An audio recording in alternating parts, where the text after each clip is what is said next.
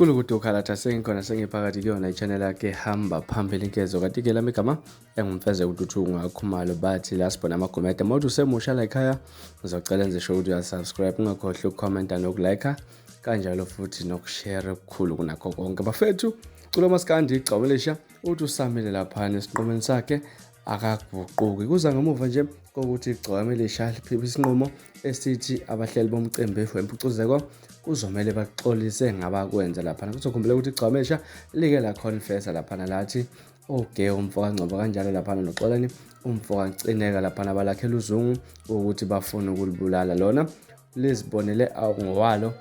ngosila phana ukuthi bebaphethe isibhamu ebehlomile impela lapha elwisa befuna ukuthi balidubuleke lapha bese khipha istatement bese kuzomela baxolise lapha siyazi ukuthi nakulezi insuku indaba ekhulunywa lapha indaba yempucuzeko lapha nokungaveli kwalo kwilist yabantu abazonandisa kuwona lo mcimbi lapha abahleli balomcimbi ke bakhipha istatement nabo lapha ngokwabo besho ukuthi bona angeke baze baxolisa yikho into abazoyixolisela lapha kuningi nje okukhulunyiwe lapha nanokuthi bona umuntu mangabe ehlula ukuyiphatha lapha kunzima ukuthi bangamqasha since kube kwindaba abantu kade bakhala ngayo kungabe bikho kwegcawelisha lapha ugcawelisha uphinde wabuya futhi isibili wasebhala ipost efundeka kanjani wathi engisamile emazwini ami njengendoda angigudluki la wasethi